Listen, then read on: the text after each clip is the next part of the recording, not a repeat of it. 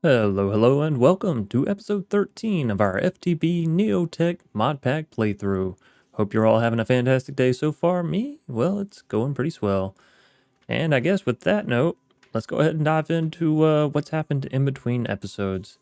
Now, this is the true episode 13, not the remake of episode 12. So I have had time in between episodes to work on the base a little bit, get some more automation set up, and we'll be going through what these two processes sort of do for us and why, honestly, I probably should have done it sooner, but why I finally felt the breaking point in doing all this.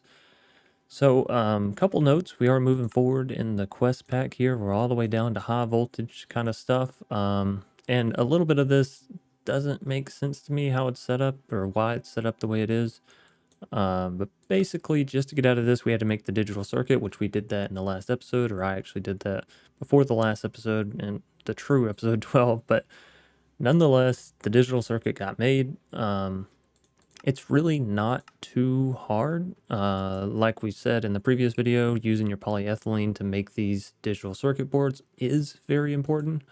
But as far as the actual digital circuit goes, electronic circuits are not that hard. We've seen these transistors before, and that's why we have the doped silicone, so we can make 4 instead of 2, and same on the other math. It turns into more. And then whenever you get to these OR gates, it's still more of what you've already had. So it's diodes, aluminum wires, OP amps, which is just transistors, diodes, and resistors. Everything here we've already crafted before. On the note of resistors, make sure you got some form of coal dust coming in, which we do through the quarry, and make sure you got some source of copper, which we can have from EMC. Paper is very easy for us as well because it's EMCable. And yeah, just make a lot of resistors because you're going to need a lot moving forward, which kind of makes sense on why it's a 3 yield there. Anyways, and then just follow the map. All of these use the same ingredients, just kind of in a different manner, right? Set up in a different order, or maybe using one slightly different ingredient. So they're not difficult. Once you get the digital circuit, you get access to a lot of different machines, and you get into the different phases. So currently we're going to be working on the pressurizer. This is something that, not too often on camera do I try and figure out a new machine or a new mechanic. So hopefully we can get into that today, barring we have enough time, of course, because it actually confuses me. It genuinely, thoroughly confuses me. And maybe y'all can leave some insight into this down in the comments. But essentially what we do is we get the turbo machine hole here, which it's not, again, not very difficult to make. Everything here we've already seen. The sodium is finally coming into play, but we have thousands of sodium because we haven't been using it, but we have been storing it. And this is why you always want to store your byproducts rather than just delete them. Store a hefty amount and then sure, delete the rest, but you always want to store some just in case in the future you need it. So again, sodium finally came into play here. Oh shit, now I gotta get back to it. Actually, the best way is probably right here. So that finally came into play. The turbo machine hole you'll use for the distillation tower or the heat exchanger. Like there's a lot of different things that you'll end up doing with this. This is kind of the new base machine. I believe I used mine for the large steam turbine, or maybe I used it for the pressurizer. I don't know. So you get that. You'll move down into annealed copper, which is really, really easy to make. You have to make the hot stuff first. So in your EBF, in your electric blast furnace, you'll insert oxygen, which we've gotten earlier from, I believe it was the centrifuge, because you can put some water in there and you get oxygen and hydrogen. Essentially, it separates them, right? So then all you need is copper dust and an EBF with some oxygen in it. You just use a fluid input, and you get your annealed copper hot ingot. You can then go throw this in your vacuum freezer to get the actual ingot. And then what you'll generally be doing with this is turning it into the wire because you'll use this for motors. You can also use the connector here for EV copper cables or annealed copper cables, which can carry EV currents, so 65,000 EU per tick. That's going to come in handy once we get the large steam turbine up and going. This is my coup de grace, so to speak. I really want a lot of power, so that way moving forward with automation, I'm not worried, do I have enough for this? Where do I pull power from? Yada, yada, yada, because I'm trying to make the base a bit cleaner, as you can kind of see over here. Yeah, there's a couple cables running across, but I haven't really set up my tin cables above ground yet, so that's the reason for that. But this is a new sort of automated setup for the EBF and for the, it's not frostproof. What is this thing actually called? The vacuum freezer? Yeah, that's what it is.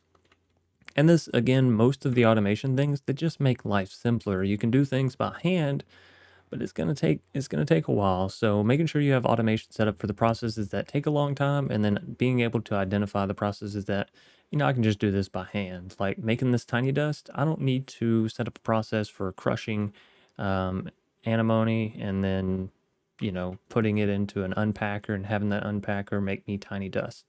Dust is a 9-to-1 yield, so I just put 64 dust in my inventory and destroy all that.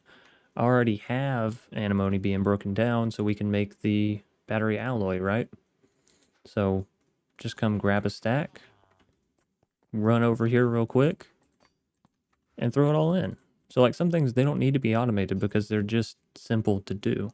So one thing that will behoove you in this pack and others moving forward is just being able to identify, what do I need to make more of? What do I need to automate? What can I do by hand? And that's where we move on to this section. So I have automation now set up for rotors as well as for gears. And this is something that I definitely should have done as soon as I had the opportunity to do it. So just taking a look at, well, the tin rotor is a good option here. So you'll end up needing a lot of these just through various builds. I think they're used in pumps and they're used in the electric mixers. They're used a ton basically. But in order to make this, you need a lot of different components. You need 10 bolts, you need 10 rings, you need 10 blades, which comes from the curved plates and a rod. So it's kind of a tedious, complicated process. Now, up until this point, I've just been throwing a lot of material into my setup behind me. So if I needed a lot of, little bits, what are they called? Bolts. If I needed a lot of bolts, then I would just come over here to my double cutting machine setup and throw a ton of materials on the top, give it some time, they pop out the bottom. Although more realistically, I'd come over here and throw some in there and throw it in there and there and there, and then just scoop it all up and use it. But the ratio was horrible. I didn't know, and I have a lot of random rods that I just don't need. So if we take a look at another way to craft this, we can do it in the assembler. Now you'll notice here that we no longer have to use the bolts. It's become cheaper. We do, however, need soldering alloy, which this stuff's easy, and we'll get into the setup for this. But it essentially takes away an entire ingot that you need, because in order to get these 10 bolts, you throw a 10 rod into a machine, you get 2 10 bolts from each rod, and of course you get 2 rods from each ingot. So 1 ingot gives you 4 bolts, which, you guessed it, is just enough for your 10 rotor. So 1 ingot saved here in the process just by going to an assembler. That's nice, especially whenever you get into things like stainless steel and it's like, oh, maybe I don't have a whole lot right now, but I really need those rotors. Saving 1 ingot means that after 3 times, you now have another free rotor. That's pretty good. So all it takes to make a rotor in this recipe is 3 ingots of whatever you want the rotor to be made of, or whatever can be made of. So you'll need, ultimately, what I end up doing is doing a I think I do a 2-to-1, or maybe I do a 1-to-1. But essentially you have 1 tin rod here, right? You have another tin rod in the ring, so that's 1 ingot, right? Because every ingot equals 2 tin rods. So we're using 1 here, and we're using 1 here. And then we need 2 more ingots for the 10 curved plates, because each of these cost 1, right?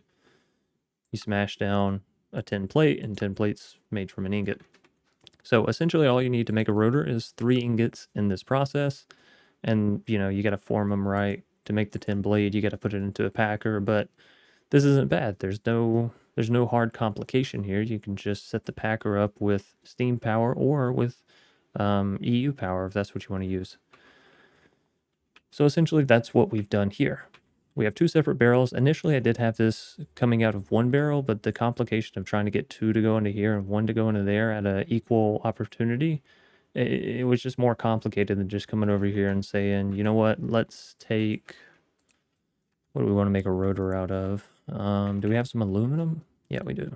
Okay, so let's take some aluminum. And a 2-to-1 to get you to 64, I believe, is a 42 and 21, right? 63, whatever, close enough. So what we'll essentially do is we'll come over here into the top one. We'll throw 21. We'll throw 42 in the bottom. Hence the sign, rotors, 2-to-1 ratio, bot equals 2. So that way I always know where the ratio goes. And then it's going to pull from this barrel, you see the cable, into the cutting machine, and it's going to start making rods. We'll get to the laser node here in a minute. This barrel is just hooked up on the back, but same ordeal, same kind of concept. It's going to pull from the barrel, send it into the compressor. Once that's done, it's going to send it into this compressor. Should. Oh, because I don't have it whitelisted, sorry.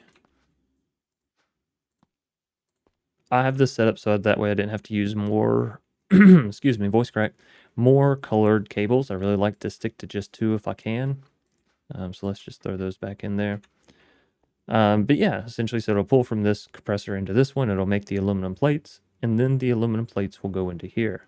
Obviously, the aluminum rods are filling up a bit faster, so that may be an issue in the future. But as long as you don't try to overload your system as I have, and just do an absolutely too much number, which honestly I think this will still end up working out fine as long as it has one empty slot, which it should through everything. Because as we move up top here, we have a laser node that's essentially doing round robin exports, right? So round robin export, and it's only exporting one item. You'll see here at a speed of 20 ticks. And I could probably slow this down to match up with when these get done, right? After 2 of these get done, send one down or send one over and back and forth, or maybe halfway through when one of these gets done, start the process, right? Because in every other one, it would make it equal. Anyways, you have your item card set to export from your cutting machine, and then you have 2 import cards, or 2 insert cards, however you want to define it, facing your other 2 machines. So it's going one here, one here, one here, one here, one here, one here. And that gives us the simulation of having one for the ring and one for the 10 blades, right? So then the rings get passed in. Obviously, they get done first because it is the least amount of processing, right? They go into one machine, they go into 2 machines, and they're done. The blades take a little bit longer because they have to go through 1, 2 into here, and it also has to come from here, which is usually already done by the time the curved plates gets in there. But then we just have the packer set up on the back to insert into the assembler. Same thing with the rings, it's just inserting there on the side. So that's basically it. We have a dimensional tank, which we got access to dimensional tanks once we hit stainless steel, and I just never kind of made the mention about it. But once you hit stainless steel, that's sort of the barrier into getting into these the DIM storage mod, which is dimensional tanks and dimensional chest, which I've not started using the dimensional chest quite yet, but it's because I already took the time to run all of my cables over here. You know, opportunity is kind of passed on that one. But the DIM tank is still really nice because I have my fluid being made in one area, and then I can use it wherever I need it within the world. So, yeah, this dimensional tank essentially... Oh, I thought I had to have the tool on me in order to do this. Essentially, you set up a frequency for it. You know, for the ender chest, you use colors. For this, you use numbers. So our frequency is 2 for this, and that's because we already have one set up for molten redstone. But then the end result just goes in the chest, and yeah, you see here it's working perfectly fine. Now, out of 63 ingots, we should get 21 rotors, right? Because it's you're putting in, it's a 3 ratio that you're getting out, or 3 ingots that it costs. You know what I'm saying? So it should be just about done here, actually. Let's see. No, there's still so much more. How much did I put in there? Was I already processing some before I came up here? Because I only put a stack's worth, but this seems like there's multiple stacks running through here. So maybe there's already some aluminum running. All right, sorry about that. So as we move on over to this side, a little cramped. I got to move this machine, but I'm a little worried that when I go to move it, we're not going to be keeping up with power as well. So, you know, I'm hesitant. I know I've already done the math. I know that what we have here should supply enough for everything, but, you know, shoulds, coulds, and woulds aren't exactly reality. So I'd really like to build our setup before I remove this, because our new setup is going to be providing enough energy and steam for, well, for everyone to be happy and well fed as far as the machines go. So over here, tight setup, but it's okay. We have a gears in a 8-to-1 ratio. So here's the gear. Same thing with the gears. If you craft it, you need these titanium bolts, or, you know, whatever the according ingot is. You need the bolts, you need the plates, and you need one ring. So once again, we have this here where no bolts are needed, which is fine, but now we just have this one-off ring, right? How are we going to make just one ring? Well, you can't. I mean, you can, but it's I guess going to be really difficult, because you're going to get 2 titanium rods. You're always going to have one rod left over whenever you process an ingot. You can't process half an ingot, so that's why it's an 8-to-1 ratio, because I'm going to put in enough ingredients for 8 plates and 1 ingot for the titanium ring, because 1 ingot is going to give me 2 rings. So if I just put 4 and 1, right? 4 ingots for this and 1 for this, we're going to end up with an extra ring. So it doesn't really work. So I just doubled the amount of titanium plates I need. So just throw in 8 ingots for this and 1 for this. And then you get 4 titanium gears for every 8-to-1. It works out. You can do just 1 and 4, but you will end up with extra rings in your system. Once again, it takes soldering alloy.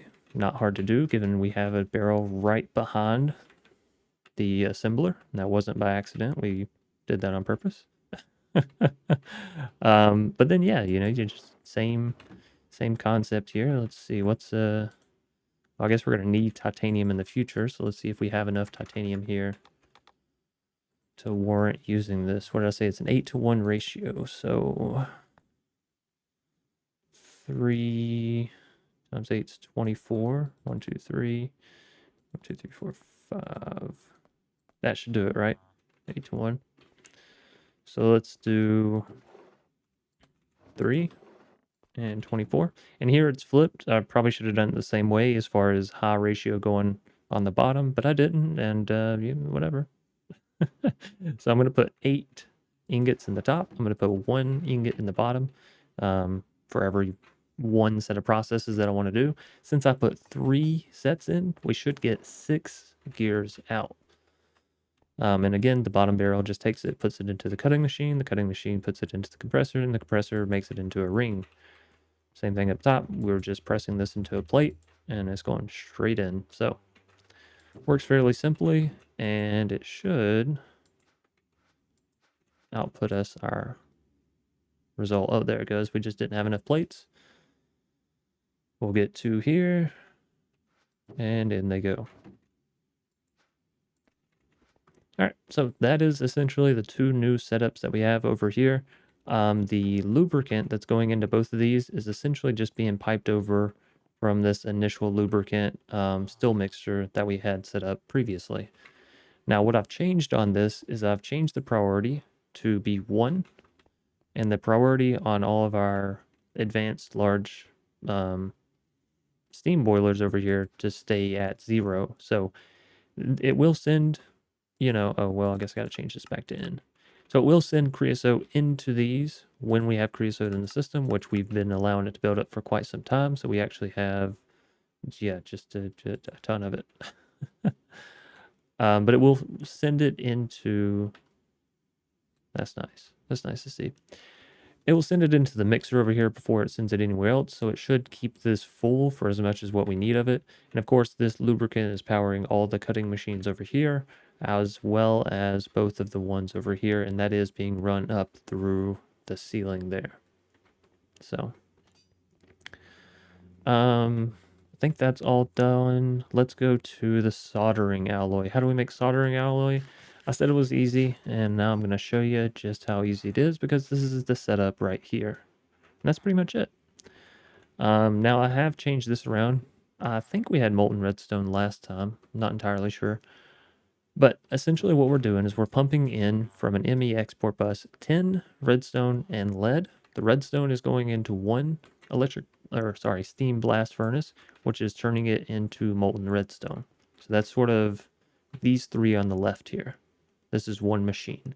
I just have them side by side. So hopefully that doesn't get too confusing for you. So a good way to do your processes is to have one central barrel where you can pull multiple items to. So that way you're not wasting one ME export for redstone and one for tin and one for lead. Then what we've done, just in case this chest, barrel, whatever you want to call it, happens to ever run out, we've actually saved the memories. So you come here to memory and you hit select all slots and it will remember it. So even if I take out 64, I'm not going to do it. Well, fuck it, whatever, we'll do it. So even if we take out 64, the only thing that can go there is lead. Same thing here and there. Anyways, so from this barrel, the wires are actually being run underneath and on the backside. Redstone is being pulled out here, which I guess is, there it is. You can filter on the out or you can filter on the in. Usually it doesn't matter. Occasionally it will. Okay, so for example, here we're not filtering on the out because we don't need to. It doesn't really matter. We could filter the redstone here or we could filter it there. On the bottom, the out is also not filtering because we're sending to two machines. So we could filter theoretically tin and lead from the bottom of it, but ultimately it doesn't change the difference between having it being filtered right. Oh, shucks. Can I open this when it's, no. It doesn't change the difference between having it filtered here or at the base, but having it filtered here means that lead will always be processed in this one, and tin will always be processed in this one, which I prefer because it means we're not going to accidentally try and get tin and lead from the same macerator, right? When we go to pull items, it's always going to pull one from here, one from here, one from here, one from here. So that all being said, it goes into a still mixer. It doesn't need any water. It just needs steam to power the mixer. You put in one tin, one lead. You can lock this recipe so you don't get 3 tin, 3 lead by accident or whatever. And then you get your soldering alloy dust. What you do with the dust is you put it into your steam blast furnace and you get your soldering alloy. Now, 90 millibuckets for one piece is really good because in most recipes, it's only 100, 200 tops that you're using. So this setup is beyond phenomenal. You'll never need another, yada, yada, yada. Same thing with redstone, right? I'm never going to use this much redstone as quickly as what I make it in that assembler over there. So yeah, we just have this being filled up. We do have a backup jumbo tank available. Once we fill up this whole system, it'll start filling into the tank. And I like to have that just in case it's like, oh, well, I need a lot of molten redstone over here or over there, whatever. I can pick this tank up and it's still going to have those 581 buckets in it. And then I can go use it for whatever. And 581 buckets, if that's not enough, well, I should probably set up a whole another process.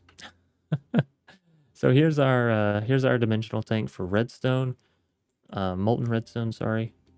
And yeah, it's just set up on frequency 1. When you want to change it, enter what you want and then hit change. I'm not gonna hit 3 change because I don't want to change it. But yeah, I'm not sure if I had this whole setup last time. But it's pretty simple. You just put in the press that you want. We have a barrel over here for all the items. So I think I was doing gold in here last time. I didn't realize, but in order to search titanium earlier, I just typed out tit. So I do apologize for that because I mean, it was just unnecessary, you know? So what you do is you put your item in that needs to be pressed down with the press. The press is already in the machine, and this barrel honestly doesn't need to be diamond.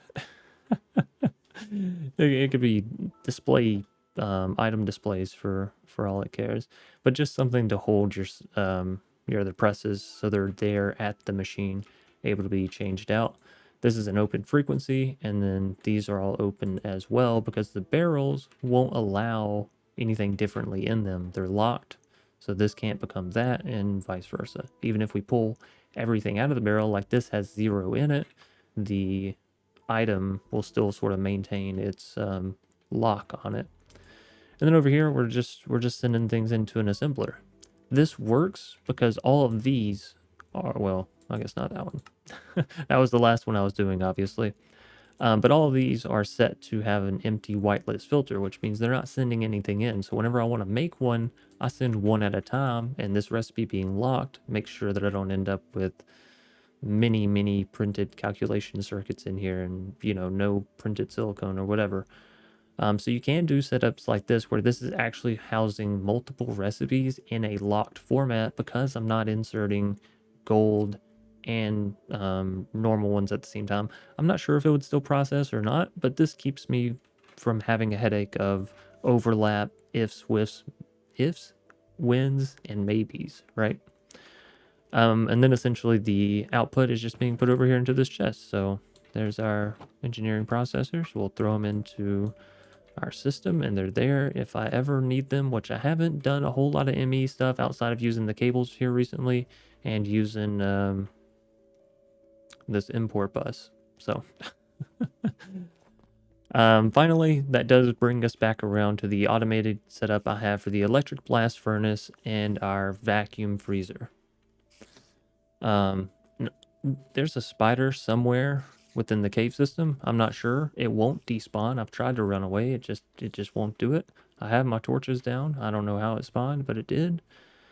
So I digress. I move past it. My idea is to move the other electric blast furnace that we have back over here at the entrance eventually. I'd like to move this over to be side by side with this front one. So it's just going to be one's here and one's right here. And that's why all these cables are sort of set up down below the way that they are. We have a chest. We put in whatever we're trying to blast. And then it'll deposit it into this item input and eventually into the other item input of the other machine. And then we're pulling the outputs out with a colored wire. So this is a white item pipe. And it's just really easy to make the white item pipe because you just need bone meal and then that'll turn into white dye. So it's just the most accessible one for me. Use whatever is accessible for you. If you got a lot of dandelions, color it yellow. If you can't see yellow because the yellow and this item pipe look too close to one another, so it's hard to distinguish, then whatever, use red, use blue. But I just went with white because it's easy to make that dye. So then the white is pulling out from the output and putting into this chest. The chest then has a filtered system here for hot ingots. So any ingots that come out of the electric blast furnace that are hot and need to be cooled off in the vacuum freezer come into here, and then we say, hey, pull those items out. So pull the hot stainless steel, pull the hot titanium, and send it over into here. When it cooks, send it right back. Then on the side of this chest, we have an ME import bus, which essentially just says, hey, put these back into the system. So stainless steel, once it comes into the barrel and it's hot, we don't want to pull that into the system because we can't do anything with that, right? It's not going to have any value for us. I would have to still run over to the vacuum freezer, throw it in, wait, throw it in, wait, and yada, yada, yada. I got tired of that. So what it's going to do is it's going to not pull anything except for what we set up here into the system. So when the hot stainless steel comes in, this item pipe says, hey, pull that stuff, put it in here, cool it off, whatever you want to call it, send it back. Then when it's done, pull it into the system. Hence why I've been able to amass a fair amount of stainless steel here. Yeah, 1352. Because if you'll remember, we had a lot that got auto-crafted, a lot of the stainless steel dust from our quarry setup, and I turned it back on because I went through a whole lot of that dust and making all of that, and we are back to 1700. So just about to a point where I feel comfortable turning that machine back off. And actually what we'll do, let's get a whole lot of titanium.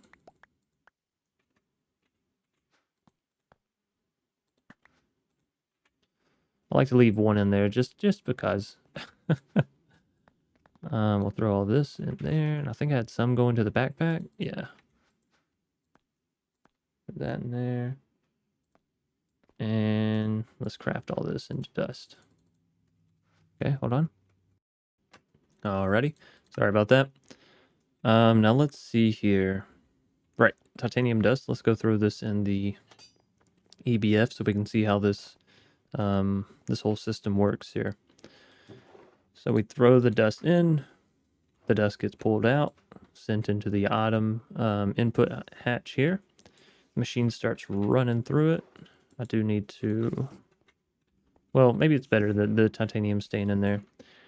So when this hits 100, here we go. It'll send it over into here very briefly. Very briefly.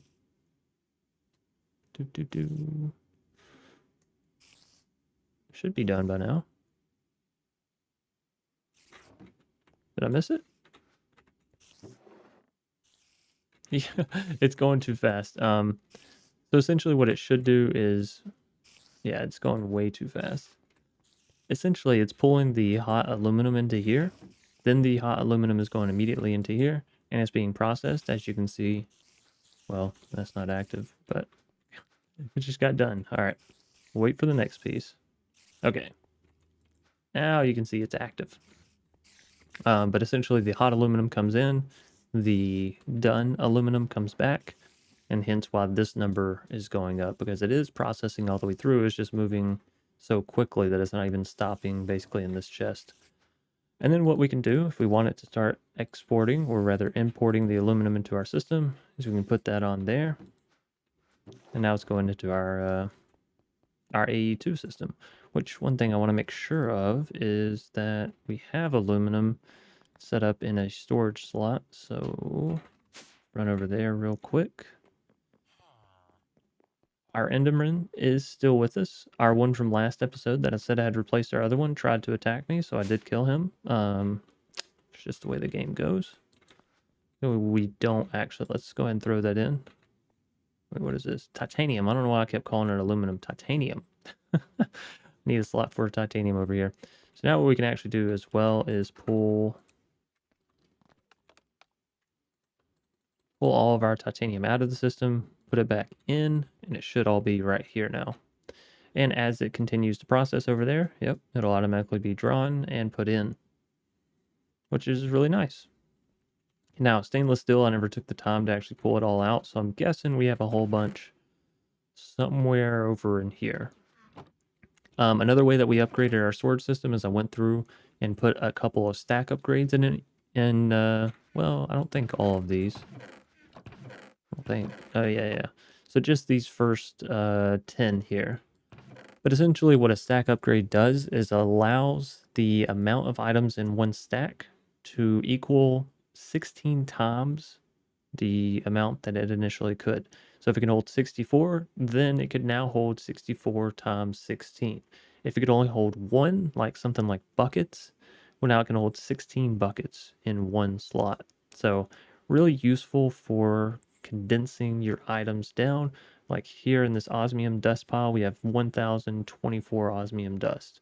So instead of taking up, well, 16 slots, it's taking up one slot, which obviously gives us a lot more storage room to work with here. And I think we've lightly started to dabble in this chest, but and some ingredients may be split, some may be in two pieces because, you know, this isn't initially how we had the system. The only way for me to really change that is if I was to take everything out of this chest, put it back in the system, take everything out of this chest, put it back in the system, and so on and so forth, right? So that's pretty much why we don't do that. And yeah, I mean, this is still our central hub. It's still got a ton of items in it. It just seems kind of barren because we're slowly but surely filling up this wall and giving it infiniteness, infinity. I don't know. We are starting to go down in our lead and nickel counts though, and I'm guessing that's just because we have automation, and maybe we're not producing enough quick enough. Because I did add a new automation over here with redstone, and maybe 5 was enough, maybe 6 is too much.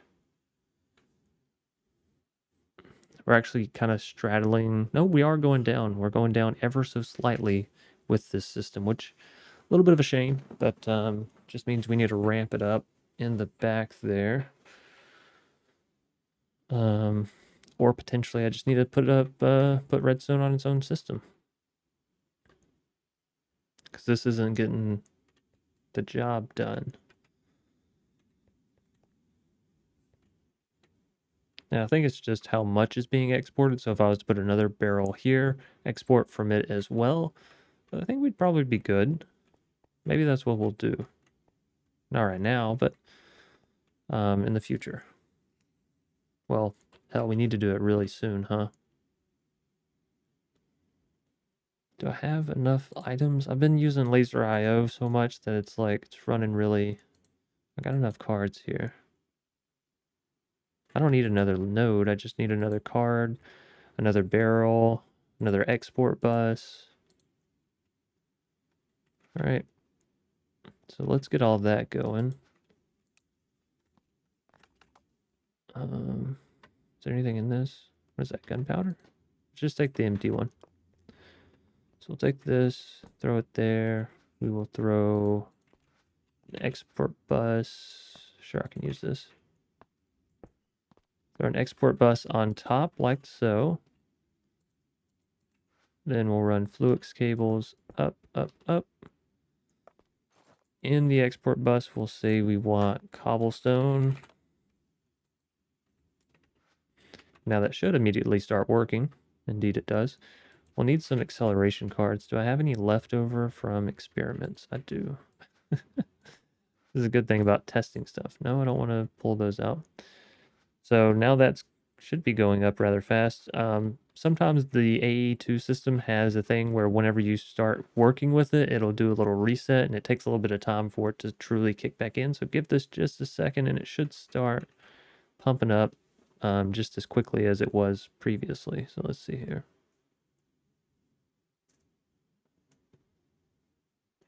It should. Yeah, okay, so there it goes. See, it's starting to ramp back up. No, now it's really going. All right, so essentially what we want to do then is on the west side, we're going to need some card overclockers too. And we want to set it to round robin true. We just want to basically copy those same settings there and put it for here. So extract, round robin true. Whoa, did I already have 4 overclockers in this one? That's strange. So these cards can actually hold overclockers because I didn't have that in my inventory. It didn't auto insert. But now, yeah, now everything should be getting essentially double the items and we should start going back up here. Let's see, 6603, 6604. Yeah, so we're going back up. 6605, 6604. Yeah, we're going up faster than we're going down. That's what we want to see. So that's actually a pretty nifty way to just automatically expand our barrels. And now we also know that in order to keep up with our production here, we could probably add another 4 condensers on here, right? Because 1 barrel was able to keep up with 5. So we have 2 barrels now. We have 6 condensers. We could probably add another 4 and it equal about the same as when we had 1 to 5. Interesting. Very interesting. Anyways, but that's going to do it for that.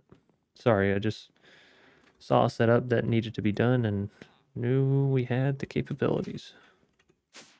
This bottom area, it's really kind of become a bit of a ghost town. I'm not going to lie. I've taken the electric quarry out of this one because I'm not going to use this setup anymore. We have the whole setup up top. I do use these a lot of the times, but I'm not going to lie. I should probably move them. The steel wire mills, and I should probably just put it in a system with not the mace raiders, with the compressors, because that's what I always do is compress into a wire mill. We still use the macerators and these furnaces because they're useful. And then in here we're still processing, yeah, like random items. So those bars, these magnetic stainless steel, I guess we can go over this. You will need the neodymium, which of course we're getting neodymium from...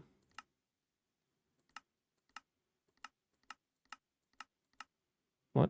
Oh, we're getting tiny neodymium, sorry, from doing the redstone, right? It says production chance 50%. Which I don't think that's true, but sure, because we only had like I think 400 or 500 at our peak Of course, now I've started to use it, so we don't have that amount anymore. But it's still like, yeah, are you sure it's a 50% chance? Because it doesn't equal 50% of the rest of the items that we've been making. So, but we see right here is our neodymium. So yeah, now we're down to 275. So just another cog in the machine, so to speak. And we'll probably turn this off soonish because, I mean, 17, 18, that's pretty good. We're processing stuff through right now. Maybe we let it get into the 2000s and then we turn it off. Anyways, on that note, I'm going to take some aluminum. Well, some just shot out my face, so I'm going to assume that means we're all full up. We're going to take some aluminum over to here, and we're going to throw it into the electric blast furnace setup, so that way we're good to go, and this is running. I like to always have something pumping through here, since there is a lot of items that need to be gone through. Let's keep them moving. Now, technically, the annealed copper ingot also needs to go into the vacuum freezer, so whenever we get done with that titanium, which it looks like we are, go and throw this in here. The annealed copper I actually have set up over here, which, did I already show that off this episode? I don't remember. It's essentially why I'm not moving this electric blast furnace over yet. I'm pretty sure I already talked about this, is because the oxygen is coming from our pre-existing setup, and so making annealed copper over here, which I don't have any in there right now, it's just easier. It's just an easier setup, and so yeah, I'm a little cautious to move it. So what? Sue me. As far as power goes, we've hit the 1000K mark a couple times just with having multiple machines running at once and, you know, trying to fill up a new machine. So I'm very excited to get into our new source of power, which brings me on to what I actually wanted to get accomplished today, and that is working with the pressurizer. So, and what I was going to say about this not making sense.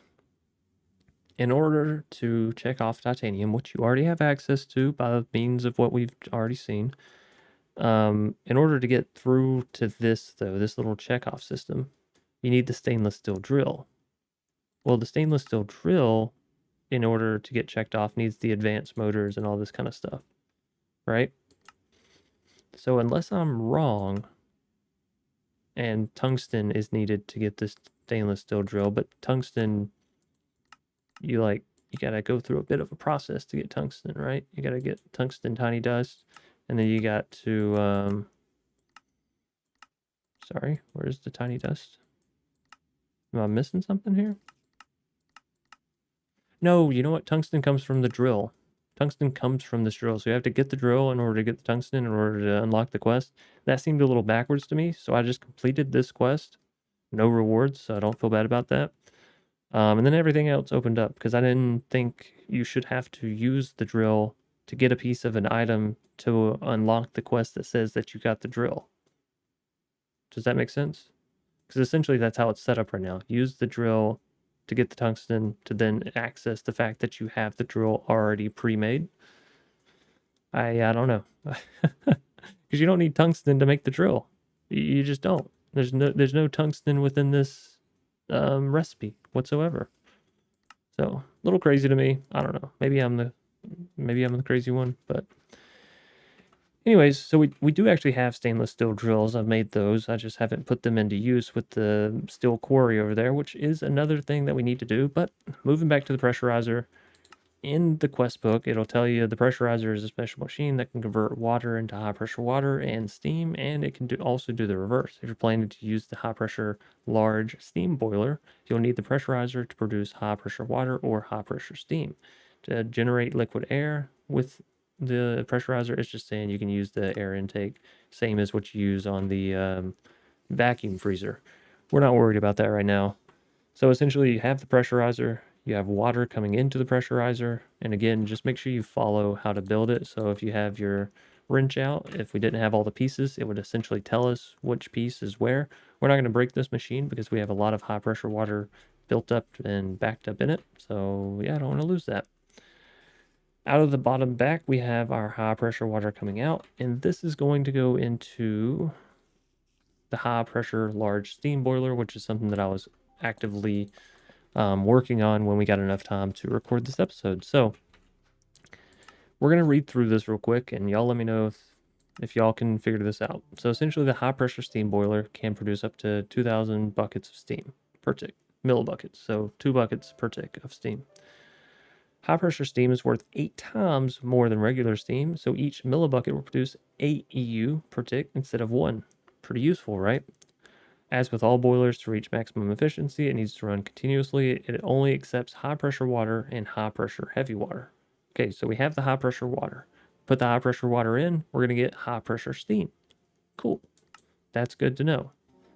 Then it says pressurizing water into high pressure water consumes a lot of energy and the large steam turbine will not return it. Large steam turbine, for reference, is this machine here, and it's the one that can maximum output us 16,000 EU per ticks, which is, I mean, pretty crazy. So it's not going to return any of the HP water. You're going to lose it all. You're going to use it all in the process. You can use a heat exchanger to recover the HP water for another cycle, though. This is what I'm a little lost on. How are we going to recover the water? Using the recipe that takes steam and HP water as inputs and outputs regular water and HP steam. But what do we do with the HP steam? That's where I'm lost. Do we put the HP steam into here? Right? And then put the water back into the system to make more HP steam? But we're already getting all the HP steam out of this. So I'm just losing its usefulness, I guess.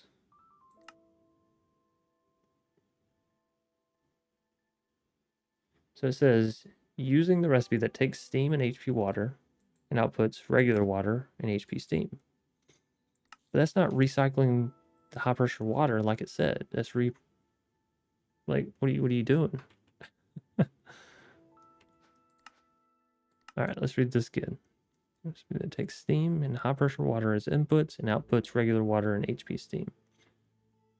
So how are you recycling your HP water if you're using it to do this? And also, why would you use a heat exchanger to take HP water and turn it into HP steam when that's exactly what your steam boiler does, isn't it? You put HP water in and it gives you HP steam out. So I'm kind of missing, I guess I'm missing the loop here. What do they want you to do? And, you know, sometimes I get a bit confused, but be cautious of the recipe amounts, as you might need higher tiers of hatches to meet the recipe requirements. You'll know your hatches are too small if the recipe fails to start processing. You already know that. But yeah, so I guess I'm a little confused as to why you would use the heat exchanger to take HP water and turn it into HP steam when you literally have the large steam boiler for turning HP water into HP steam, right?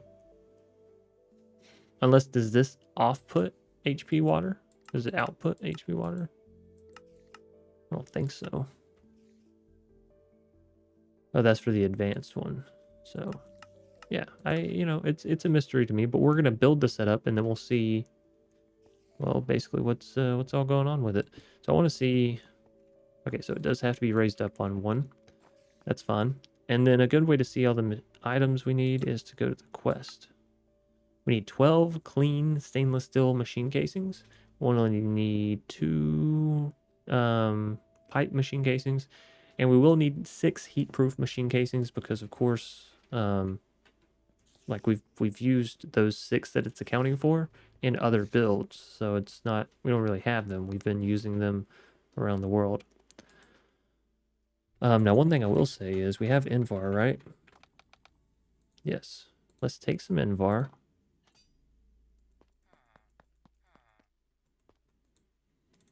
At an 8-to-1 ratio. And let's go make some gears because I know we're going to need gears. So 8 goes in top, 1 goes in bottom. There's the 12 from earlier. I don't remember if that's how many I said it should make or not, but that's how many it made. So somebody fact check me, I guess, on that. And then let's throw this in there. Let's throw that in there. And then I think that's all good to go. So let's look at the rest of what we need there. What did I say? It was 9, 12. That was close. These are made with stainless steel gears and stainless steel plates. Are we going to have enough for this, or am I going to have to start the process rocking and rolling? Said we needed 12. So we definitely have enough here. We definitely don't have enough plates. So let's get some stainless steel out of the system. If we need 12, then we need 8 plates for each one. 8 times 12 is 84? Is it 80? It's 96. It's 96. So long story short, 2 rounds of 64, 2 double rounds, should give us twice as much as what we need, which is good. Let's go 1, 2, 3. 3. And 1, 2, 3. Why did I do it like that? I have no idea. Why didn't I just throw a stack in each one? I was like, these are going to equate up to something different. Oh, I can be so silly sometimes. All right, annealed copper, in you go. And we'll wait for that to finish. So now we have the stainless steel that we need for this rocking and rolling. We already have the gears. What do we need over here? Ah, we're going to need more. So how many did we actually need for the quest there? Was it just 2? It is indeed just 2. So we need this recipe once, which basically means I need all of that one more time over. So yeah, we're still good. I made sure to account for that. And then that should give us enough of results to continue with that. So while that's cooking down, let's move on to something else, right? Because we don't just want to be stuck on one thing, and that's all we're doing. So let's move back over to the quarry, and we may not have enough time for all this now that I see what time we're actually already at. So let's go drill. Wait, what did I do with those drills? Ah, it's like I know I already have some drills somewhere. So let's basically the same setup, just a drill. That's not an item cable, that's an electrum cable. Very similar though.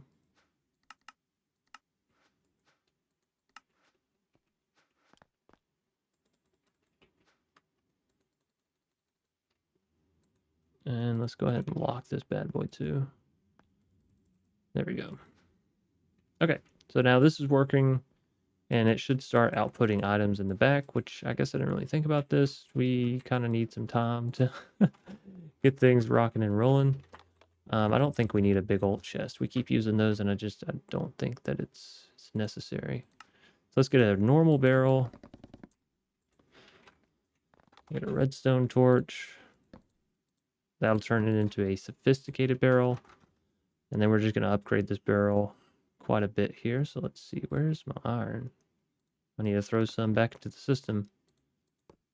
Same with gold and diamonds, I'm guessing. Well, gold's okay for right now. Diamonds are getting a little low. Most of that stuff, again, I just do it by hand because we have so many emeralds that it's really simple to take 8 stacks of emeralds and turn it into 16 stacks of diamonds. And then it's like, well, I mean, I'm good for forever. All right, so let's set this up here. Let's pull out from all these and push into there. Go out, out, which this drill actually can't output as many items as the other drills, so I don't think we'll need all 5 output hatches here, but it's one of those things I'd rather have it and not need it than need it and not have it. Oh, of course, and then in. So there we go. We're getting osmium, we're getting titanium, monzonite. One thing I do want to do, I have my filter. No. I want to go ahead and void all the osmium. We just don't need it. We have osmium that's coming in from the other source over here, and honestly we have, yeah, maxed out. We have 8,000 osmium dust. I don't need another 8,000 supply. However, we will want the tungsten, the monzonite, I hope I'm saying this right, and titanium. I mean, while we're already producing titanium, it may not be quick enough for everything that we're going to need, so, you know, let's go ahead and suit it out while we're here. So we're going to need some macerators. Now, can you move to electric? Yes. Is there a point? If you want to go really fast, but I found in infinite looping things, I don't need to go fast. I just need to be slow and steady. And we're actually going to need 3 of these anyway.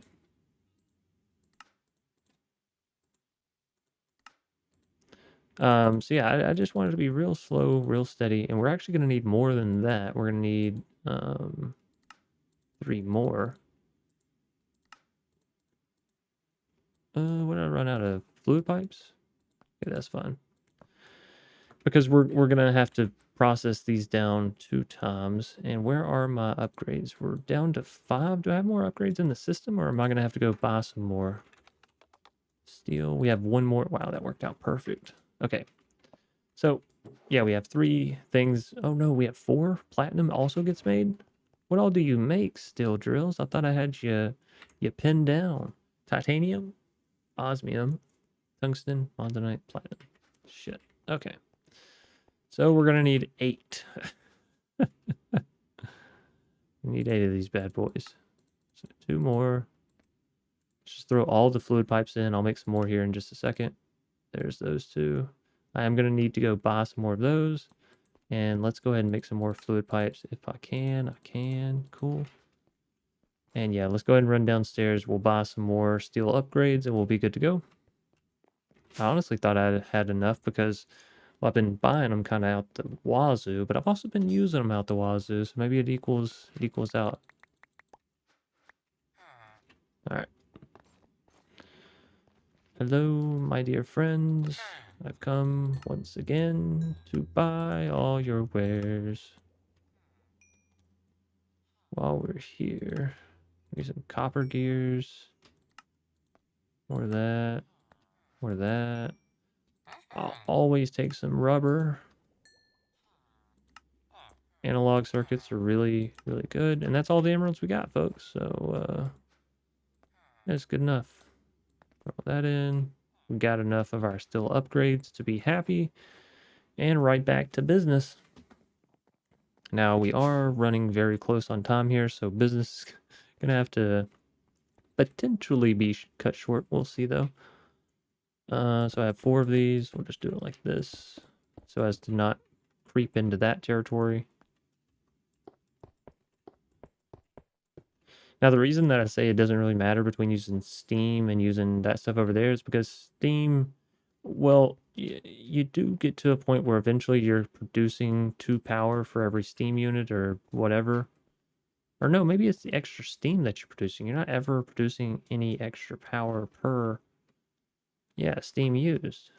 So then Steam is always consumed at a 1-to-1 ratio as far as power goes. For 1 Steam that you use, you create 1 EU per tick. So yeah, I mean, this is using the exact same amount of steam and power and everything all together, whether it's steel or electric, but electric can be overclocked, and that's actually kind of why I don't like it. Because I don't want it to overclock all these machines. Whether they're running all the time or running half the time, I don't want them draining my system of power because I simply don't need that. Okay, so what we're going to do now is we're going to get each one of these that we do want processed. And we're going to say titanium goes here. Monzonite goes here. Tungsten goes here. And platinum. I didn't have a good one for that. Goes there. Then we're going to say send them all into these. From all of these. And we'll probably set that up more appropriately when we actually get the dust in the macerators. And then we'll also figure out what we're going to do with each thing, because some dusts are just going to have to go over there. Some dusts are probably going to be processed. It'll be an adventure, to say the least. So now let's get some fluid pipes.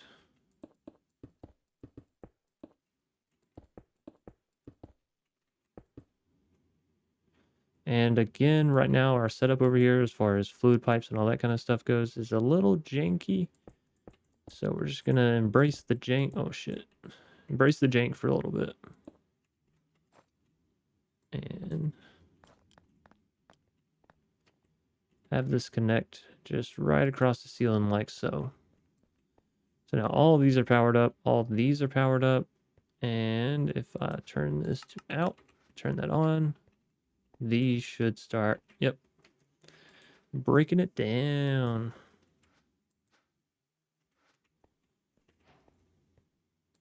Oh, we got a little quest. Raw platinum, no rewards. Okay, cool. Personally, that's my favorite kind of reward, is a no reward. So yeah, this will get through the dust. Looks like this one already did. Monzonite, and then we say in here we want Monzonite. We want Monzonite. We want Monzonite. That's good. That goes to an out. That goes to an out. Out. And out. And maybe I don't need to be filtering these since we're keeping the pipes all separate, but if the pipes ever do become tangled, we'll know what's going where, and more importantly, it will continue to go where it needs to go.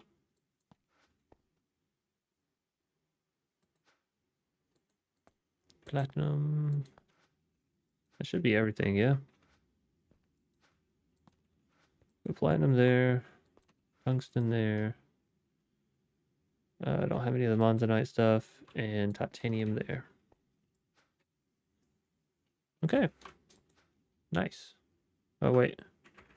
See what I mean? Platinum, you can break it down once, but then it's got to go into a chemical reactor with sulfuric acid, and then you get this into iridium dust for some reason, and then you get it into platinum. So we can break this, we can break that, we can break that.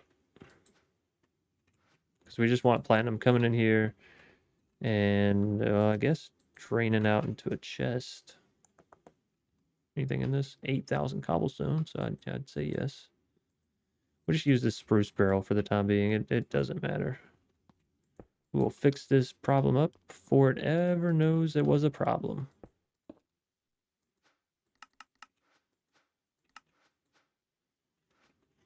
But now, of course, we have to wait for another piece of platinum to come through until we truly know whether it's a problem or not. Titanium.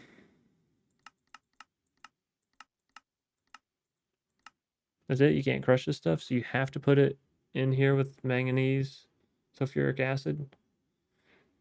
Why though? Why make this so complicated when you can get it for literally fucking free right here?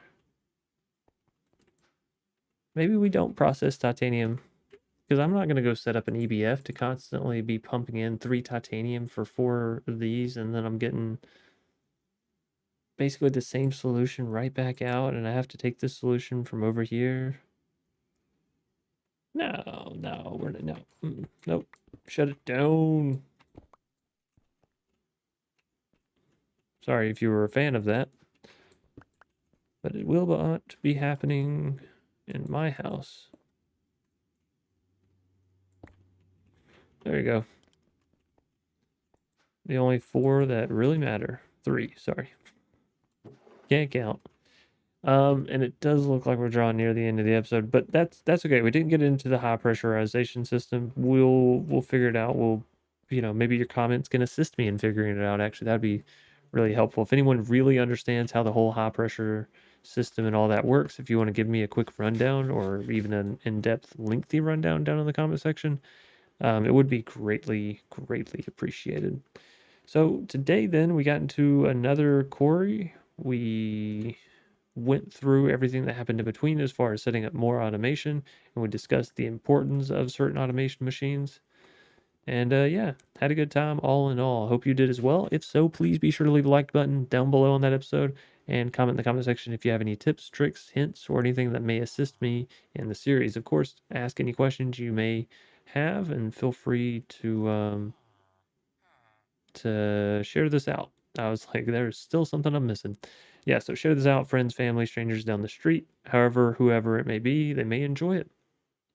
Last but not least, as per the usual, I do hope you all stay safe, stay awesome, and stay crafting. Until next time, you beautiful, beautiful people. Peace out.